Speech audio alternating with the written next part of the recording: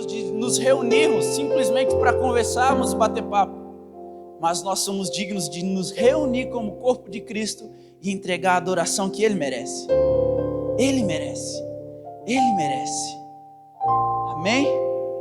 Glória a Deus, cara. Hoje vocês vão ter que me aguentar aqui por umas 2h30, tá bom? Você me aguenta? Brincadeira, cara. Mas vocês vão ter que me aguentar do mesmo jeito. Amém? Vamos lá. Cara, nesses dias eu tenho sido ministrado pelo Senhor em algumas coisas na minha vida. E aquilo que eu vou conversar com vocês hoje, compartilhar com vocês hoje, é o que o Senhor vem falando comigo há mais ou menos uns 15 dias. De momentos de devoção a Ele, de devocionais, a qual eu tenho com o Senhor. O Senhor ele vem falando algo no meu coração, cara.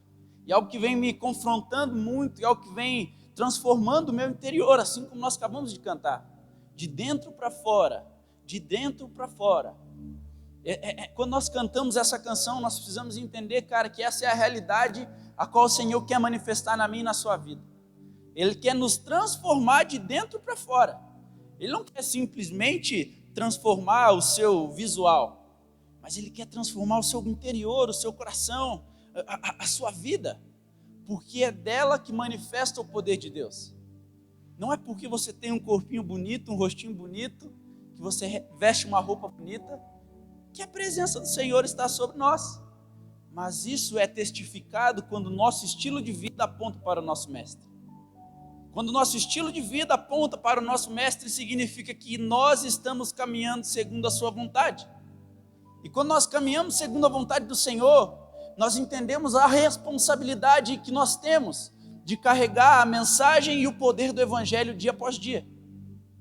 De carregar essa pressão, mas ao mesmo tempo esse alívio a qual Jesus fala. Que o jugo é suave, mas o fardo é leve. O jugo do mundo é suave, mas quando nós entregamos diante do Senhor, aquilo fica leve. Então nós temos uma responsabilidade a compartilhar com a igreja, a compartilhar com o mundo que espera algo de nós, algo da igreja de Jesus. E eu quero compartilhar algo com vocês, que eu intitulei Nós Somos Responsáveis. Coloca lá para nós, por favor. Nós somos responsáveis. Responsáveis pelo quê, Léo? Fala para o seu irmão que está do seu lado. Você é responsável.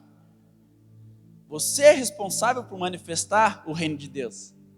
Você é responsável por cuidar da sua família. Você é responsável por trazer a provisão da sua casa. Amém? Não vai ter? Não? Glória a Deus, então. Nós somos responsáveis, anota aí. E meu irmão, o que eu aprendi com o Senhor nesses dias, cara? Sobre responsabilidade. Eu entendo, cara, que nós como igreja, nós precisamos se posicionar de uma forma a qual a presença do Senhor, ela seja manifesta através de nós. Eu acho que todo mundo já entendeu e já está caminhando para ser isso. Aonde a presença do Senhor, ela precisa ser manifesta através das nossas vidas. E essa responsabilidade que eu tenho, eu só tenho quando eu assumo a minha posição. Exemplo, quando um garoto, um jovem, ele se torna pai de família, ele se torna dono de casa, ele se torna o provedor da sua casa, a responsabilidade dele aumenta. Aumenta porque agora aquele homem já não é mais um menino, mas ele já é um homem que está a caminho de amadurecer. E ele precisa caminhar numa responsabilidade de trazer a provisão para dentro do seu lar. Então essa responsabilidade que nós temos como filho de Deus, nós precisamos entender que é uma responsabilidade muito grande. Nos últimos cultos nós já temos sido ministrados sobre aquilo que o Senhor está fazendo. Nós já temos sido confrontados por algo que o Senhor está dizendo dentro de nós. Há 2 semanas atrás, Giovanni veio e falou: qual é o papel da igreja em meio ao caos? E semana passada o nosso pastor ele veio e trouxe uma palavra de que eu e você nós precisamos nascer de volta todos os dias. E hoje eu estou falando para você, cara, você é responsável por algo. E o que eu digo, o que eu quero dizer com isso, cara? Eu quero que você entenda nessa noite, que você abra o seu coração para simplesmente ouvir e ser modelado pela palavra de Deus. Há uma grande desconexão entre o que nós vivemos como igreja hoje e o que foi a igreja no primeiro milênio, no primeiro século. A igreja primitiva. Existe uma grande desconexão. Na igreja do primeiro século, na igreja primitiva, aqueles homens de Deus, eles exalavam a presença de Deus aonde eles estavam. A presença de Deus, ela era manifesta de uma forma tão poderosa, mas tão poderosa, que a sombra daqueles homens trazia cura. A presença de Deus através daqueles homens, ela era tão poderosa, mas tão incrível e tão verdadeira, que as cidades que eles chegavam eram curadas, eram restauradas, eram transformadas, porque aqueles homens, aqueles 12 discípulos, decidiram dizer sim ao Senhor, assumindo a responsabilidade de levar o evangelho pelos 4 cantos do mundo. Quem aqui é salvo? Você só é salvo porque aqueles 12 homens decidiram dizer sim ao chamado de Jesus.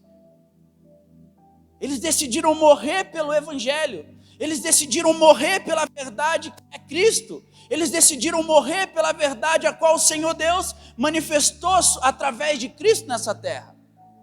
Aqueles homens, eles eram tão intensos, eles eram tão profundos, eles eram tão verdadeiros, que eles não se importavam com o que esperava eles atrás ou na outra cidade. Eles não se importavam em momento algum. E se hoje nós formos fazer um comparativo de como é a igreja agora e como é a igreja há centenas de anos atrás, qual que é a diferença? Qual que é a diferença? Talvez você falar, Léo, mas naquele tempo eles não tinham tanta preocupação. Léo, naquele tempo eles não tinham muita coisa para eles fazer. Léo, cara, você pode achar 1000 desculpas, mas a igreja de Jesus, ela é a mesma hoje e ontem e para sempre. Ela é a mesma, cara. Ela não mudou e ela não vai mudar, porque o Senhor dela não muda. O Deus dela não muda. Então nós vemos que há uma grande desconexão entre o que os apóstolos viveram e o que nós vivemos hoje como igreja. Hoje, talvez, se você olhar para dentro da sua vida, você vai ver que você se parece com Jesus, sim ou não? Não precisa responder. As suas atitudes são de alguém cristocêntrico? Ou as suas atitudes são de alguém que caminha baseado na experiência que você tem com o mundo? Hoje, cara, a igreja que nós vivemos hoje é uma igreja que muitas vezes se baseia em memes e mimimi. Memes e mimimi. A gente vê, cara, um monte de gente postando meme, dando risada. Cara, nada contra isso, mano. Nada contra isso. Eu creio que nós precisamos estar nas redes sociais pregando de tudo quanto é forma. Mas nós precisamos entender que aquilo que o Senhor nos chamou não foi para viver de memes e mimimis, mas Ele nos chamou para viver em santidade, com a disponibilidade de se tornar mártir para esse tempo. Ele nos chamou para caminhar em santidade todos os dias, refletindo o caráter e o amor de Jesus aonde nós passamos. Então, quando nós entendemos que há uma desconexão entre aquilo que era a igreja há muito tempo atrás e o que é a igreja hoje, nós temos que ficar envergonhado, cara. Porque nós olhamos para aquilo que a palavra mostra e nos fala. Nós vemos que aqueles homens faziam coisas miraculosas, sobrenaturais. A sombra de um curava, a roupa de outro curava, a saliva daqueles homens geravam cura, geravam vida onde eles passavam. Um abraço de um discípulo, quando o cara caiu lá do quarto andar, da parte de cima, o abraço daquele discípulo trouxe cura sobre a vida daquelas pessoas. Então nós vemos a palavra trazendo reflexos daquilo que realmente a igreja é. Uma igreja poderosa, uma igreja ousada, uma igreja que traz vida, uma igreja que traz cura, uma igreja que não permite que as pessoas estejam faltas de nada, uma igreja que traz transformação para as cidades. Nós vemos essa igreja quando nós lemos a palavra do Senhor. Ah, Léo, mas você está generalizando, cara. Hoje nós também vemos uma igreja que sustenta. Sim, nós vemos, cara. Mas a realidade nossa hoje se compara com aquilo que eles viveram. A realidade nossa se compara com aquilo que eles passaram. Aqueles homens, cara, eram verdadeiros cristãos. A verdade é que os cristãos do primeiro século eram super-homens, super-humanos do seu tempo, aonde o mundo ficava admirado com o estilo de vida que eles viviam. O mundo inteiro ficou admirado com a postura daqueles 12 homens, com a postura daquelas famílias, com aquelas famílias sacerdotais, com aquelas famílias que implantavam a cultura do reino, que não se importavam o que iam viver ou se iam passar o amanhã, mas que desejavam viver o evangelho todos os dias. Então aqueles homens, eles eram super-humanos para aquele tempo. E o mundo ficava admirado, ficava impressionado com a postura que eles tinham diante da sociedade. Aquele povo admirava eles pelo que eles viviam, da maneira que eles se portavam e da maneira que eles expressavam o evangelho de Jesus. E hoje nós vamos ver algumas proezas descritas nas escrituras daquilo que eles passaram, daquilo que eles viveram e daquilo que eles manifestaram. Aqueles homens, a vida deles era tão inspiradora. A decisão pelo evangelho, a decisão pela vida de Deus, a decisão pelo sim de Jesus era tão poderoso que a comunidade a qual eles viviam não tinham falta de nada, cara. A comunidade no qual eles viviam e pregavam o evangelho levavam tanta transformação para as cidades e para os bairros que aquele povo não dependia de nada e nem de ninguém, porque o papel da igreja é suprir aquelas pessoas. O papel da igreja era suprir o necessitado. O papel da igreja era cuidar do órfão, era cuidar da viúva, era levar comida aos cegos, era levar a audição aos surdos, era transformar a vida daquelas pessoas. E naquele povo, naquelas comunidades, ninguém tinha falta de nada, ninguém tinha necessidade de nada, de qualquer tipo de coisa. Ninguém dependia de governo nenhum. Ninguém era doutrinado pelos princípios comunistas, ou pelos princípios de direita, ou pelos princípios de centro. Ninguém era dominado por isso. Mas a única dominação a qual eles tinham era a dominação do evangelho de Jesus. Era a postura do centro da vontade de Deus. Porque quando aqueles homens decidiram manifestar a vida do Senhor aonde eles estavam, eles trouxeram transformação a todas as cidades. Todas as cidades ouviram falar de Jesus. Todas as cidades ouviram falar que Jesus estava curando, que Jesus estava transformando, que Jesus estava manifestando algo naqueles lugares. E as pessoas iam sedentas, porque elas necessitam de algo para palpar, de algo para elas adorarem, de algo para que elas se prostrem. Nós vemos em Atos, no capítulo 4, no verso 33, diz assim, até o 37. Com grande poder, os apóstolos continuavam a testemunhar a ressurreição do Senhor Jesus. A grandiosa graça que estava sobre eles. E não havia pessoas necessitadas entre eles, pois os que possuíam terras ou casas, as vendiam, traziam o dinheiro da venda e colocavam aos pés dos apóstolos, que distribuíam segundo a necessidade de cada um. José, um levita de Chipre, a quem os apóstolos deram o nome de Barnabé, que significa o encorajador, vendeu um campo que possuía, trouxe o dinheiro e o colocou aos pés dos apóstolos. Quer dizer, a necessidade que eles tinham naquele tempo não era de ser visto por alguém, mas a necessidade que eles tinham era de servir as pessoas, era de servir a comunidade, porque eles entenderam que o evangelho que eu carrego é demais para ficar só para mim. O evangelho que eu tenho dentro de mim, ele é poderoso demais para que eu guarde somente para mim. E quando nós olhamos para esse texto, nós vemos que eles não falavam de si próprio, Eles não caminhavam segundo as suas vontades. Mas nós vemos que a pregação a qual eles tinham não era o testemunho do Léo, não era o testemunho do Nicolas, não era o testemunho do Didi, mas era o testemunho do Evangelho de Jesus.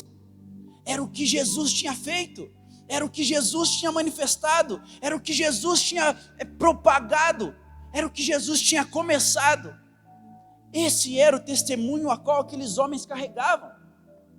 E às vezes, meu irmão, nós queremos converter pessoas, nós queremos transformar pessoas com aquilo que nós somos. Não é assim. Não estou falando para você parar de falar do seu testemunho, daquilo que Deus fez. Mas eu estou dizendo uma coisa, nós precisamos entender que nós, como seres humanos, nós não convertemos ninguém, nós não salvamos ninguém. O que salva, o que converte, o que restaura, o que cura, é o testemunho de Jesus. É o que Jesus fez na cruz há 2000 anos atrás. É o que Jesus manifestou na vida dos pecadores, quando ele sentou à mesa com os pecadores e comeu com eles. É quando ele foi lá e abraçou a prostituta. É quando ele na cruz, ele olhou para um ladrão e falou: ainda hoje você estará no reino dos céus.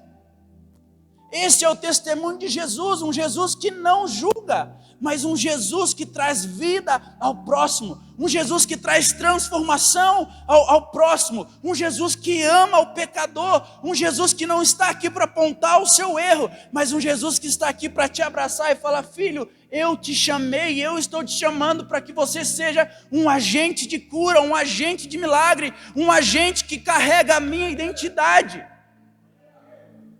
É para isso que o Senhor tem nos chamado, cara, para levar o testemunho da ressurreição e a grandiosa graça a qual está sobre nós. É para isso que nós estamos aqui hoje, é para isso que nós estamos aqui agora, para simplesmente ouvir e ser lembrado, porque o Senhor nos chama para viver uma vida de sobrenatural. O Senhor nos chama. Não significa que eu estou falando para você: cara, você tem que fazer isso, tem que fazer aquilo. É a palavra de Jesus se manifestando através da minha e da sua vida. Só que nós precisamos estar disponíveis a dizer sim àquilo que o Senhor está nos chamando. Nós precisamos estar disponíveis a servir, nós precisamos estar disponíveis a amar o nosso próximo, a servir o nosso próximo, por mais que seja difícil, por mais que seja doloroso, nós precisamos servir, porque isso não é por nós, é por Ele. É por Ele, meu irmão. E quando eles se posicionaram, entenderam o poderoso amor de Jesus que estava sobre a vida deles, eles simplesmente transbordavam o que estava dentro deles para as outras pessoas. E quando nós permitimos que o amor de Jesus transborde através de nós, cidades inteiras se convertem ao cristianismo. Cidades inteiras se convertem ao amor de Jesus. Cidades inteiras se convertem à presença do Deus vivo. É isso que nós vemos aqui na palavra. É isso que nós pegamos e nós lemos o Evangelho e nós vemos que acontece. Quando homens de Deus se posicionam, a história da humanidade ela muda. Quando homens de Deus se posicionam, a história de uma cidade é transformada. Simples assim. Atos 19:10 diz: e isso continuou por muitos anos, de forma que todos os judeus e os gregos que vinham da província da Ásia ouviram a palavra do Senhor. Por anos se passaram, e aquele avivamento, aquela transformação foi alcançando vidas que estavam nas esquinas, que estavam nos prostíbulos, que estavam na onde fosse, porque o Evangelho de Jesus era pregado. 12 homens e uma mensagem, carregados por um fogo que ardia dentro deles. E qual que é a desconexão que nós vemos hoje? Nós vemos hoje uma igreja que muitas vezes vive no mimimi, porque fala: o irmão falou de mim, cara. O irmão me olhou torto lá na igreja. O ciclano falou mal, falou que eu era isso, falou que eu era aquilo. Porque eu estou indo embora, porque não sei o quê. Eu estou saindo do Evangelho, porque pessoas estão olhando para mim com um olhar torto. Nós vemos muitas vezes, eu não estou generalizando, mas eu quero que você entenda, cara. Eu quero que você entenda, o Senhor não te chamou para ser alguém que fica chorando pelos cantos, mas o Senhor te chamou alguém para você ser alguém que ruge como um leão aonde você está. Alguém que manifesta e prega o evangelho com poder sobrenatural. Cidades só eram transformadas, cidades só se converteram, porque homens não tinham medo de julgamento algum.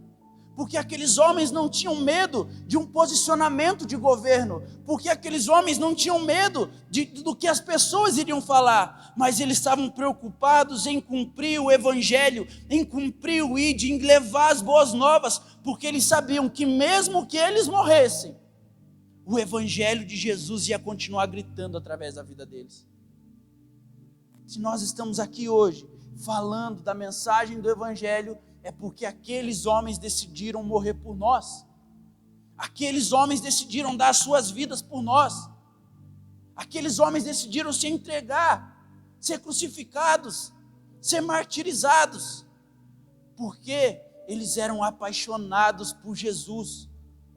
O evangelho pregado naquela ocasião, ele foi tão poderoso, ele foi tão intenso, ele foi tão verdadeiro, que as cidades se arrependeram dos seus pecados, que as cidades se converteram dos seus maus caminhos. Cadê os homens e as mulheres de Deus hoje, que vão pregar, que vão levar, que não vão ter medo, que não vão se acovardar, mas que decidem viver aquilo que o Senhor está mandando na palavra? Nós precisamos, cara, ter um posicionamento que seja radical, ao ponto do nosso nome não crescer nem um pouco, mas que o nome de Jesus, ele grite, ele grite, ele grite, ele grite. Esse precisa ser o nosso posicionamento, quando nós decidimos se arrepender, como homens e mulheres de Deus, a história da sociedade ela é transformada. Evan Roberts, no país de Gales, em 1904, um jovem de 26 anos, se eu não me engano, ele teve um posicionamento. Ele falou: Deus, eu me arrependo pelos pecados da minha cidade. Eu me arrependo pelos pecados dos meus pais. Eu me arrependo pelos pecados que eu cometi. Eu me arrependo pelo pecado do meu vizinho. E sabe o que aconteceu, cara? Aquela cidade zerou índice de morte. Aquela cidade zerou índices de prostíbulos que estavam abertos, fecharam. Suicídios, assassinatos acabaram, bares fecharam, porque veio um lockdown? Não, porque a santidade invadiu aquela cidade através de um ato de arrependimento de um homem. E quando nós decidimos se posicionar dessa forma, nós não vamos olhar para aquilo que o meu vizinho está fazendo. Mas por que o Serginho está fazendo isso, está fazendo aquilo? Eu vou me arrepender por ele, vou me arrepender por mim, eu vou me arrepender pela igreja, pela cidade. Porque nada começa através dele, mas as coisas precisam começar através de mim. Quando eu paro de olhar para outra pessoa e começo a me olhar para o meu umbigo e falar: cara, aonde eu estou errando? Aonde eu estou falhando? Aí a transformação ela começa. Aí a realidade ela é mudada. Aí a transformação e a realidade dos céus ela é implantada numa terra. Se nós como igreja decidimos hoje se posicionar a favor de um arrependimento genuíno por essa cidade, meu irmão, essa cidade será pequena para o evangelho de Jesus. Essa cidade será manifesta, essa cidade será um celeiro de vida, um celeiro de transformação, um celeiro de cura, um celeiro de avivamento, porque eu e você estamos decidindo, cara. Eu fui muito confrontado nisso, meu irmão. Eu fui muito confrontado nesses últimos dias através disso. Porque o Senhor me fala: cara, você precisa se arrepender, velho. Você precisa se arrepender. Porque não se trata de você, Leonardo. Não se trata de você. Se trata de uma geração que vem após você. Eu costumo dizer que nós somos como João Batista, que vai abrindo o caminho em meio ao deserto, cara. Nós precisamos se arrepender pelos pecados dos nossos pais, pelos nossos pecados dos nossos filhos, pelos pecados dos nossos avós, pelos pecados da cidade inteira. Porque é só assim que nós vamos ver uma transformação genuína, cara.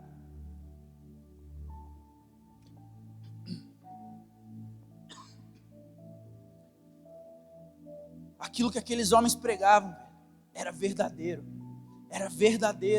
era poderoso, era de verdade. Eles não iam simplesmente para reuniões, para trocar ideia, para falar, e aí, como é que você está? Paz do Senhor, tudo bem? Ah, tchau, vou para casa e é isso. Eles não iam para aqueles lugares, para uma casa, para uma reunião, simplesmente para trocar uma palavra, para falar, e aí, como é que foi sua semana? Beleza, beleza, estamos juntos. E é isso aí, vamos embora e a nossa vida segue segunda-feira. Eles não eram. O poder de Deus operou através deles de uma maneira tão intensa, que eles precisavam convencer as pessoas de que eles não eram deuses. Eles precisavam convencer as pessoas que estavam em volta deles que eles não eram deuses. Porque as reuniões a qual eles tinham, aconteciam muitos milagres, acontecia o sobrenatural de uma forma natural. Então aqueles homens caminhavam e a sombra de um curava, a roupa de outro curava, a saliva de outro curava, o cara chegava e impunha a mão no outro, o demônio saía, a enfermidade saía, o cara levantava. Porque essa era a decisão, esse era o sim a qual eles viveram. E aqueles homens, eles tinham que se preocupar para que as pessoas não os adorassem. Atos 10, 25 diz, quando Pedro ia entrando na casa de Cornélio, dirigiu-se a ele, quando Pedro ia entrando na casa de Cornélio, Cornélio dirigiu-se a ele e prostrou-se aos seus pés, adorando-o. Mas Pedro o fez levantar-se, dizendo, levante-se, eu sou homem como você, eu não mereço a sua adoração. Você não precisa se prostrar diante de mim, você precisa se prostrar diante do Deus vivo. Eles tinham que entregar, eles tinham que abrir os olhos daquele povo. E o que eu aprendo com isso aqui, cara? Eu aprendo que quando pessoas começam a ver o sobrenatural dos céus acontecer, elas têm a necessidade de adorar alguma coisa.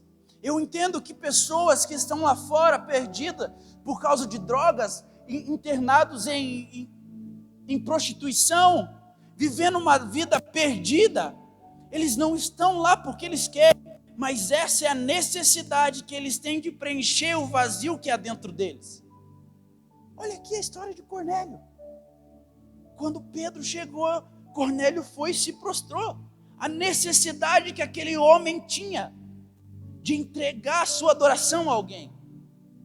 E nós, muitas vezes, nós se calamos, porque nós achamos que, o que o fulano vai pensar de mim? Se eu falar do evangelho. O que o ciclano vai falar de mim se eu pregar as boas novas? O que elas vão pensar, cara? Muitas vezes, nós pensamos isso, e nós se esquecemos, meu irmão, que as pessoas, elas precisam simplesmente que o testemunho da ressurreição seja pregado a elas, para que a graça alcance a vida delas. Simplesmente isso. E você muitas vezes, eu reluto muitas vezes por falar, cara, mas se eu pregar para ele, eu vou passar vergonha. E se eu falar alguma coisa errada, Serginho? E se eu mentir, se eu falar alguma heresia, Giovanni? Como é que vai ser, cara? Ele vai me punhar lá no Facebook, ele vai falar mal de mim, cara. Cara, dane-se o Facebook. Pregue o evangelho a todo custo, mano.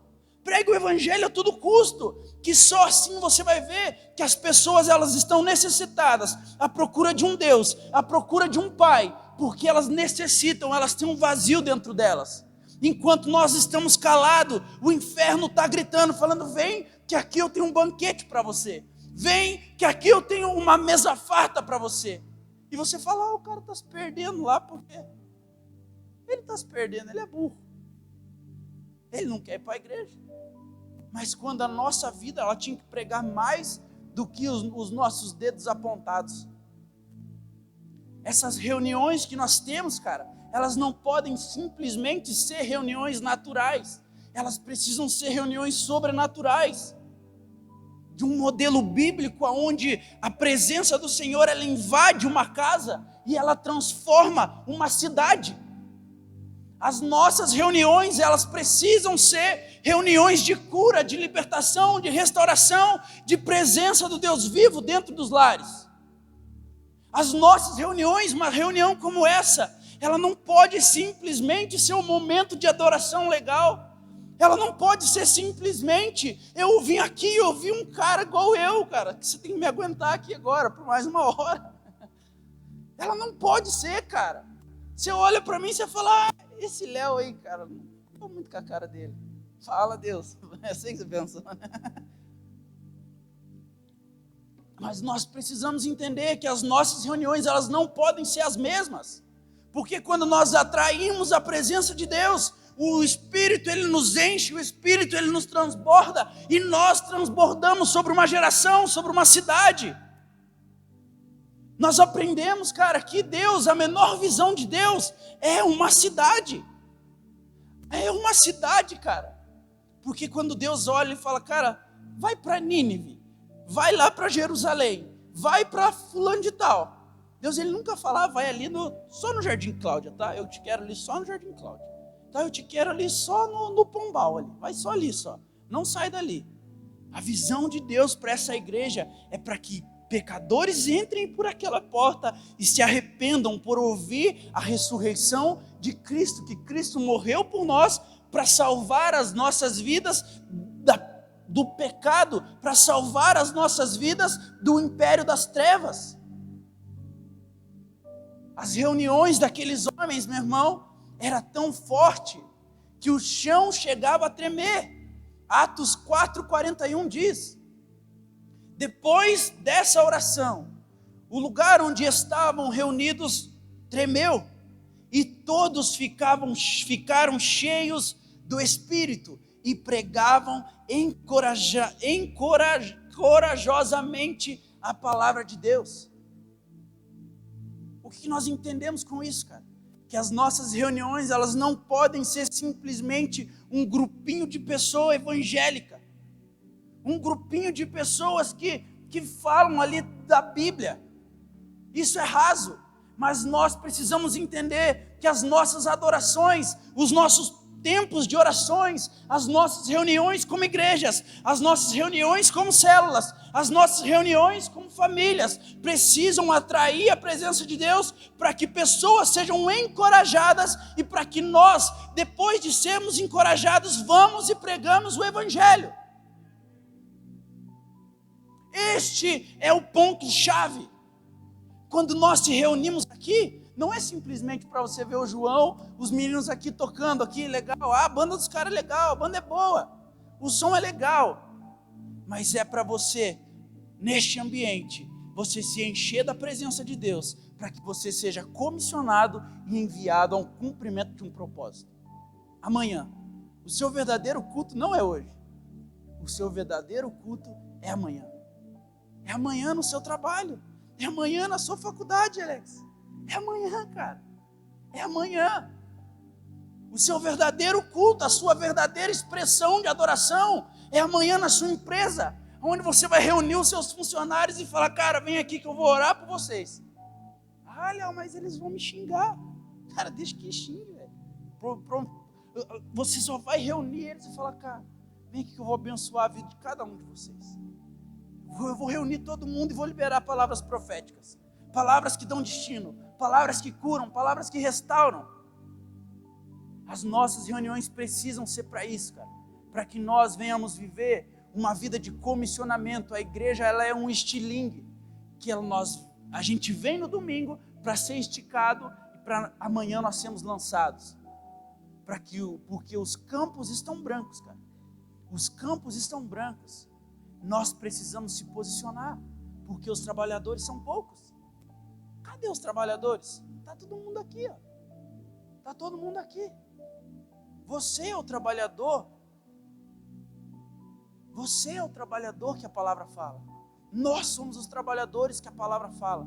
Nós só precisamos estar disponíveis e viver segundo as boas novas, e viver segundo a vontade do Evangelho, segundo a vontade de Deus. Então, querido, nós precisamos entender que o ambiente em que nós estamos agora não é simplesmente para agradecermos com uma foto no status do seu Facebook, do seu Instagram, do seu WhatsApp. Eu sei que alguns aqui colocaram lá, hoje é dia de agradecer. Domingo colocaram aquela mãozinha assim. Cara, nada contra isso, tá? Mas domingo não é dia de agradecer. Ah, lá viu o Léo com as suas heresias. Deixa eu gravar aqui para mostrar para o pastor depois. Hoje não é dia de agradecer. Hoje é dia de você falar: Deus, fala comigo e me envia. Deus, fala comigo, me confronta e me envia. Porque agradecer, eu agradeço na minha casa, eu agradeço no meu quarto, eu agradeço no meu dia a dia. Hoje eu quero ser enviado, hoje eu quero ser confrontado, hoje eu quero ser moldado pela sua palavra, para que muitos te conheçam na próxima semana. É para isso, meu irmão, a gratidão ela precisa ser diariamente, ela não pode ser só num momento como esse. Se você está vindo só para isso, meu irmão, desculpa, mas você está sendo um crente fraco. Nós precisamos mudar a nossa mente e apontar a nossa vida para o Senhor, falando: Senhor Deus, eu estou aqui, Pai. Eu estou aqui, Jesus, envia-me a mim. Envia-me a mim, eu quero ceifar esses campos brancos. Eu quero limpar esse campo aí, Deus. Já que o Senhor e a sua palavra fala que os campos estão brancos, eu quero ser o trabalhador desse tempo, Pai. Eu quero ser o trabalhador que vai cultivar, que vai colher essa horta toda aí, Deus. Nós precisamos disso, cara. Adoração não é uma música lenta. A adoração, ela é obediência. Não importa como representamos. Não importa como representamos na igreja. Se não obedecemos a Deus no dia a dia, não estamos o adorando. Estamos, na verdade, vivendo em adultério. Vou ler de novo para você aqui, que eu engasguei aqui. Vou tomar água. A adoração não é uma linda música lenta. A adoração é obediência. Não importa como representamos na igreja, se não obedecemos a Deus no dia a dia, não estamos o adorando. Nós estamos, na verdade, vivendo uma vida de adultério. Ai, essa doeu. Se a sua vida não é uma vida de adoração, na segunda-feira, provavelmente você está se corrompendo com aquilo que o mundo está te dando. Se você não está vivendo uma vida de adoração na segunda-feira, provavelmente você está em adultério com o Senhor. Provavelmente, porque hoje você vem aqui e adora. Você levanta a sua mão, você até chora. Mas amanhã, a sua vida é uma desgraça, cara. A sua vida é uma desgraça porque aquilo que você tanto chorou nesse dia, amanhã você pega e fala: agora deixa para o próximo culto, deixa para o próximo domingo, deixa para o próximo GF, deixa para a próxima célula. Se nós não vivemos uma vida de obediência, segundo a palavra de Deus, se nós não estivermos dispostos a cumprir a vontade de Deus nessa terra, nós não estamos dispostos a viver o Evangelho. Nós não somos discípulos de Jesus. Se nós não estamos dispostos a obedecer, nós não somos discípulos de Jesus. Porque um discípulo de Jesus dá a vida pela igreja. Um discípulo de Jesus dá a vida pela noiva. Um discípulo de Jesus dá a vida pelo reino de Deus. Dá vida, cara. Ah, Léo, mas isso é responsabilidade de vocês pregar. É dos pastores, é dos obreiros, é dos líderes. Não jogue responsabilidade para cima da gente. Quando o Senhor nos chamou todos para ir. Ide e pregai o evangelho para todos. Se você ouviu, a responsabilidade é sua, meu irmão. É sua. E o desejo do meu coração nessa noite, o que eu quero compartilhar com vocês nessa noite é isso. É a sua responsabilidade. A sua responsabilidade. Esse é o texto, esse é o tema dessa mensagem. Nós somos responsáveis. Agora você fecha seus olhos e fala para você: eu sou responsável por levar o evangelho. Você é o responsável, cara. Nós, como igreja, se tornamos o corpo de Cristo para isso. Para cumprir a vontade de Deus a todo tempo, cara. E quando aqueles homens, eles decidiram a viver o evangelho de uma forma real, verdadeira, poderosa e simples, aqueles homens, eles tiveram as suas reputações manchadas. Por causa disso, eles tiveram aquilo que eles tinham. Eles ficaram conhecidos como as pessoas, os homens que viraram o mundo de ponta cabeça. Porque eles disseram sim. Falaram, sim, Jesus, eu estou aqui, Pai. Deus, eu não tenho nada para te oferecer, Senhor. Eu não tenho nada. Mas só me usa, Deus. Depois eu comentei de manhã, eu falei, cara, eu sou o cara mais improvável a estar pregando aqui nessa noite. Mas o Senhor falou, cara, eu quero você lá. Sabe qual que é a minha oração para Deus, cara? Eu falo, Deus, se o Senhor usou aquele jumentinho lá para falar lá com o Balaão, usa a minha vida também, Pai. Eu sou um mero mortal. Eu não sei falar direito. Tem um monte de erro de português. Eu sei que você repara. Mas, cara, fala um monte de cara, né, cara?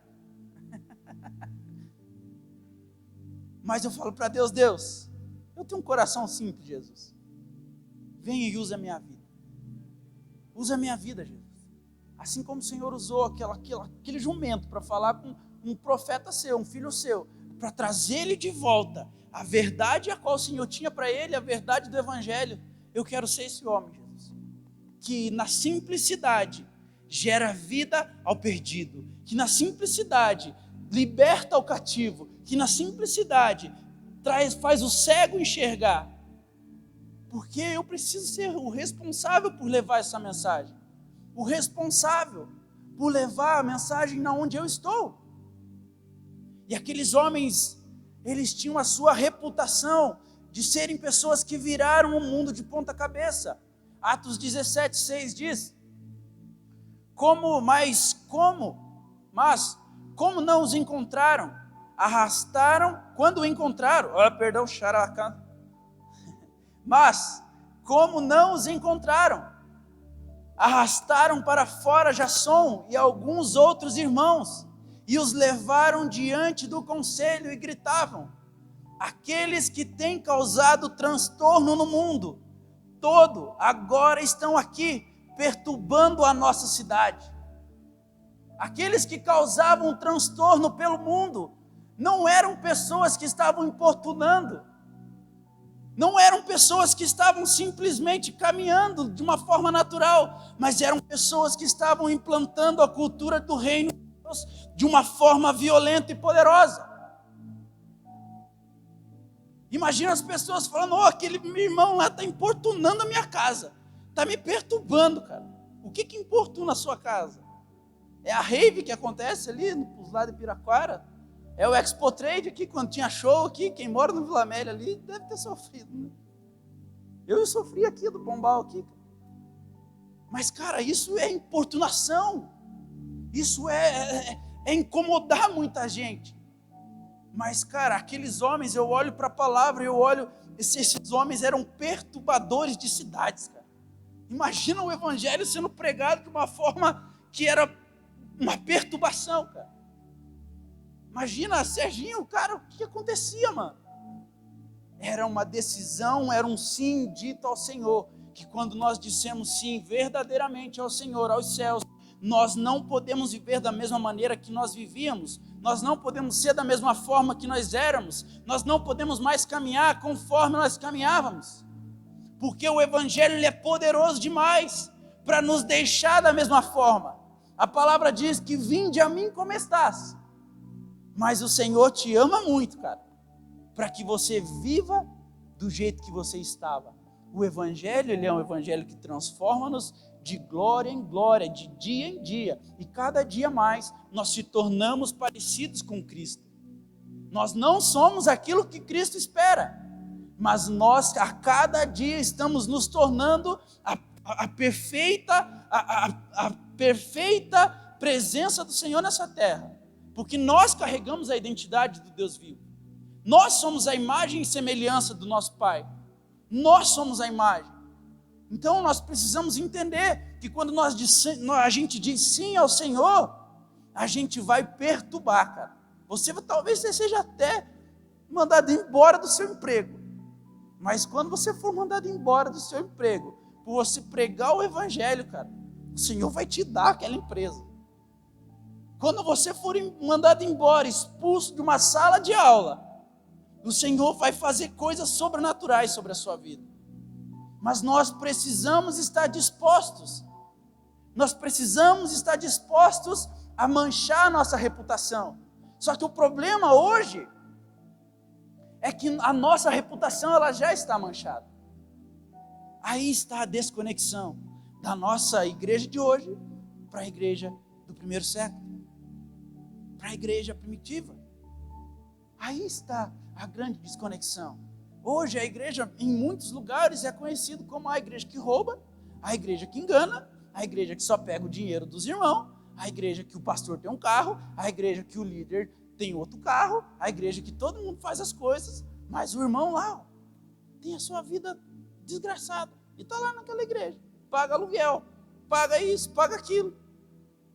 A nossa reputação muitas vezes está sendo de pessoas que caminham na mentira, de pessoas que são adúlteros, de pessoas que são orgulhosas, de enganadores, que dão falsos testemunhos. Qual tem sido a sua reputação nos dias de hoje? Como as pessoas elas têm olhado para você, cara? Elas olham para você e elas veem o caráter de Jesus implantado na sua vida, ou elas veem algumas desses aditivos que eu falei aqui agora? Mentiroso, enganador, ladrão, prostituta, prostituto. O que as pessoas têm visto em você nesse tempo? O que as pessoas têm visto em você nesse tempo? Elas têm visto a imagem do Deus vivo dentro de você? Ou elas têm olhado uma igreja corrompida através da sua vida? Aqueles homens, meu irmão, eles tinham um posicionamento diante de Deus. O que eles eram diante de Deus, eles eram na sociedade. Eles se arrependiam no secreto e eles iam diante dos homens levar a salvação. Eram homens simples como a gente acabou de ler sobre Pedro. Quando ele chegou na casa do Cornélio, Cornélio se prostrou diante dele. Ele falou: cara, calma, levanta agora, em nome de Jesus. Eu sou um homem igual a você. Eu sou um homem igual a você. Eu não preciso que você se prostre diante de mim. Como nós temos sido reconhecidos nesse tempo? Aqueles homens eram pessoas simples, pessoas de caráter, homens e mulheres de Deus, que transformaram uma sociedade, que transformaram cidades, simplesmente por se posicionarem, por não se preocuparem com a sua reputação, por aquilo que eles pensavam que o outro ia dizer sobre eles, mas eles pensavam: Deus, qual é a vontade de Deus sobre a minha vida?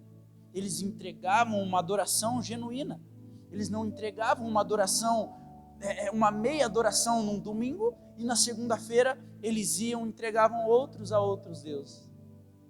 Eles não eram assim, cara. Nós precisamos entender, quando o cristão conhece a vontade de Deus, quando cristãos conhecem a vontade de Deus, mas ainda assim escolhem viver de maneira intencional os seus próprios desejos, isso é uma idolatria. Quando nós conhecemos a vontade de Deus, mas nós preferimos viver pelos nossos desejos, nós estamos vivendo uma vida de adoração.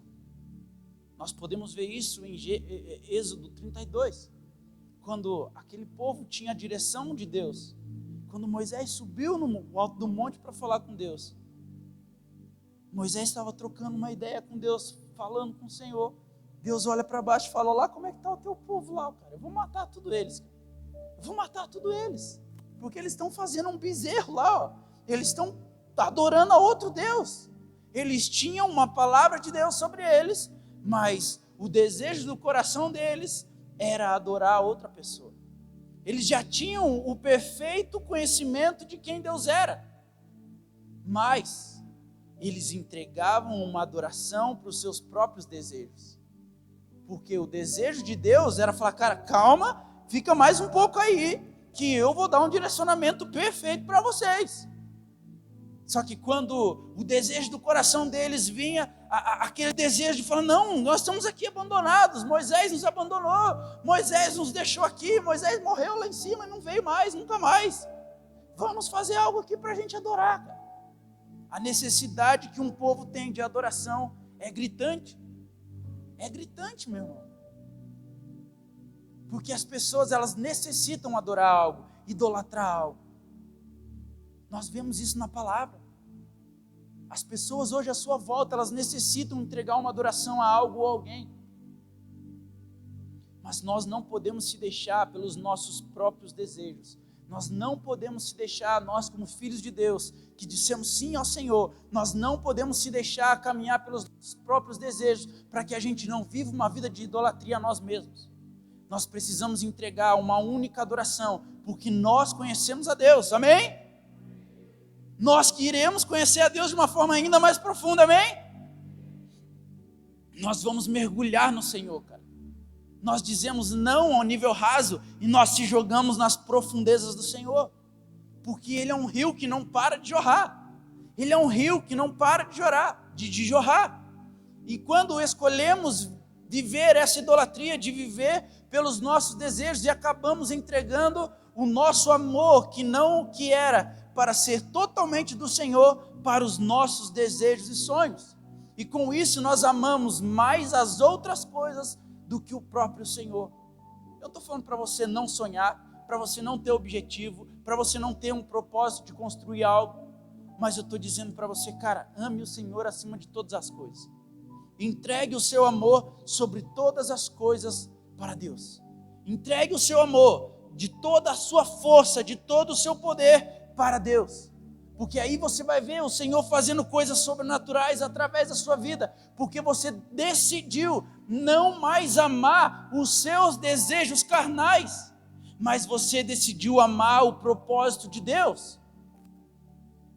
Você decidiu amar o propósito de Deus.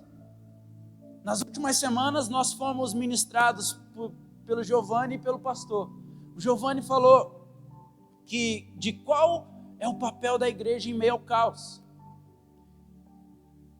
Semana passada o pastor nos trouxe uma mensagem a qual nós precisamos renascer todos os dias. Morrer para nós mesmos, morrer para os nossos desejos, morrer para o nosso eu, para o nosso ego todos os dias.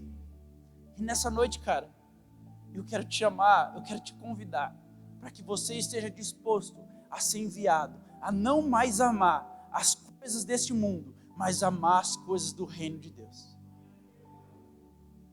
Nós não preparamos mensagens de falar, Gil, o que você vai pregar? Ah, eu vou pregar sobre isso. Pastor, o que você vai pregar? Então eu vou juntar aqui e vou fazer alguma coisa. Não. Nós somos direcionados pelo Senhor, porque nós entendemos, cara. Nós entendemos. Isso é o que o Senhor está falando comigo já faz alguns dias. Alguns dias. Então eu quero te convidar nessa noite para que você esteja disposto a viver, a ser realmente esticado pelo Senhor, para que na segunda-feira você seja lançado como uma flecha incendiada às nações. Para que você seja incendiado, para que você chegue na sua empresa, no seu trabalho e incendeie aquele lugar com o amor de Jesus, com o testemunho da ressurreição e graça de Deus. Esse é o meu convite para você, cara. Isso é o que o Senhor quer falar com nós nessa noite, com a gente. Nós precisamos entregar a nossa adoração de uma forma genuína e completa ao Senhor. De fato, muitos cristãos fazem isso todos os dias.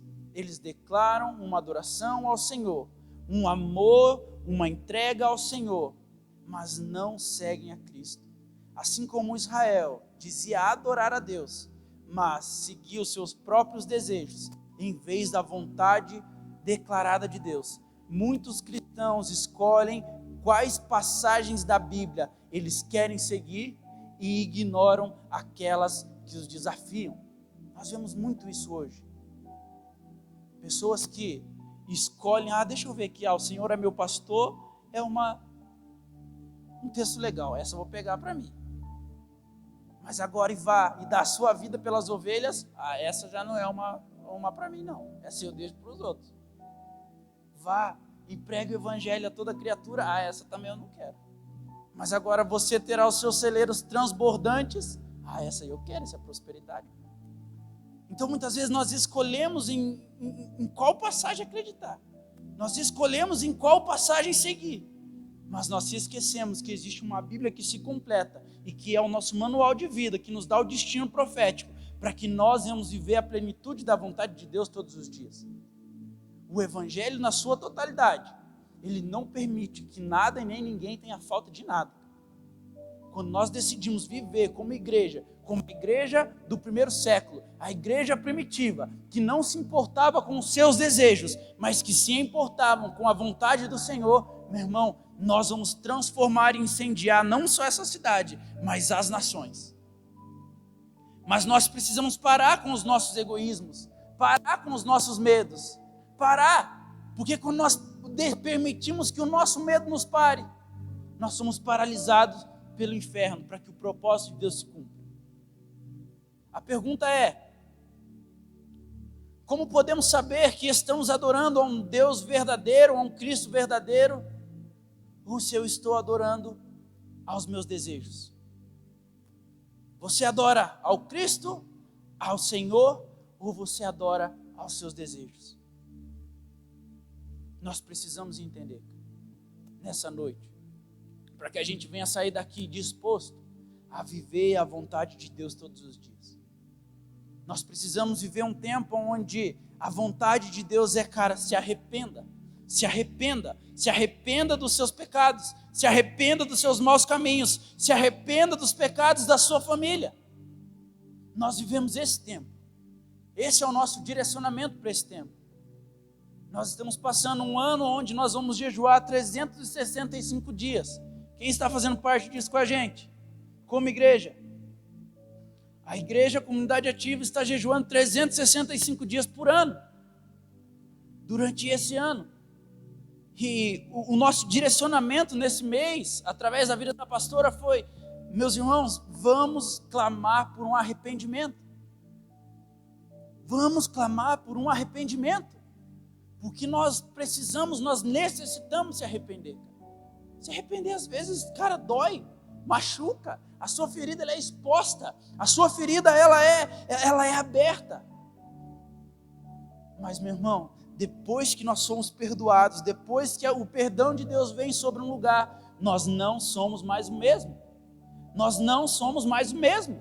As nossas vidas, elas são transformadas porque nós decidimos se arrepender. Então esse é o momento, meu irmão, de você tomar uma posição na sua vida e se arrepender da sua vida pecaminosa, deixar os seus pecados para trás, deixar a sua vida de adultério, deixar a sua vida de mentira, deixar a sua vida de um profano, deixar a sua vida egoísta e começar a caminhar segundo a vontade de Deus. Nós precisamos olhar para dentro de nós, parar de apontar o dedo e falar: porque o meu irmão errou, porque o meu irmão pecou. Olha para você, aponta para você e fala: cara, você precisa se arrepender. Olha para você no espelho e fala: você precisa se arrepender, seu pecador miserável. Esse tem que ser o nosso posicionamento. Largar uma vida de prostituta, de prostituto que sai daqui e vai ver pornografia. Sai daqui e vai ligar para amante, vai ligar para o amante. Nós precisamos, como igreja, se arrepender, meu irmão, pelos pecados nossos, pelos pecados das nossas famílias, pelos pecados dos líderes corruptos, pelos pecados que a igreja se cometeu, cara.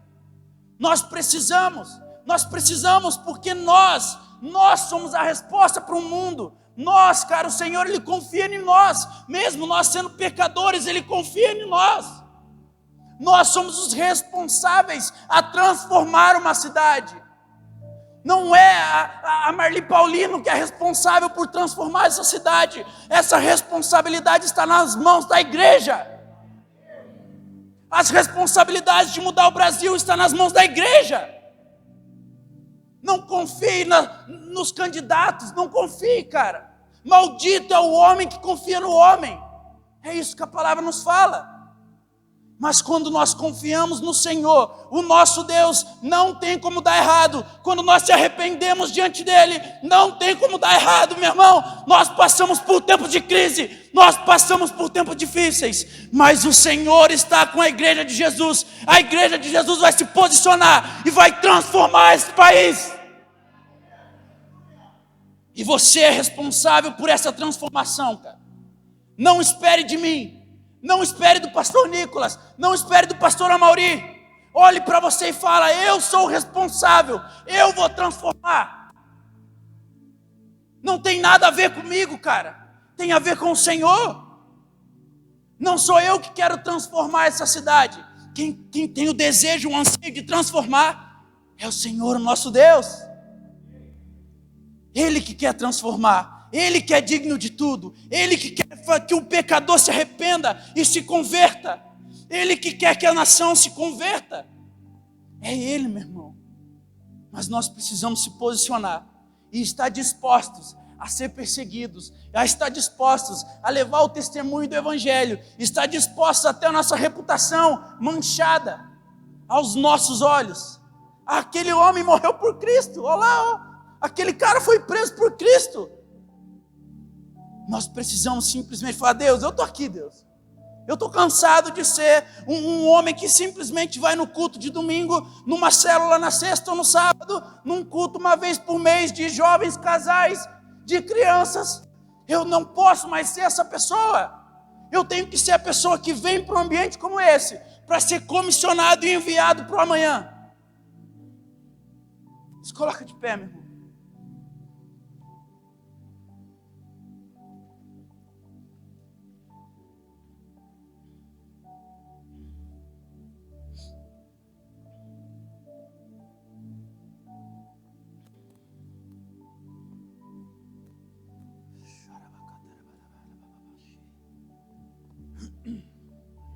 E meu irmão, é o tempo, cara, de você deixar a sua vida para trás e começar a caminhar nos propósitos, nos princípios, nos valores do reino de Deus. Cadê os mártires que estão dispostos a morrer pelo Evangelho? Cadê os mártires que estão dispostos a ir a lugares onde ninguém foi? Como ouvirão se não há quem pregue? Eis-me aqui, Jesus. Eu digo sim, Pai. Eu digo sim porque eu entendo que o seu amor transforma, o seu amor cura. Por mais que eu morra, em ti eu tenho vida. Por mais que você morra, meu irmão, em ti há vida. Cara, feche seus olhos. Feche seus olhos e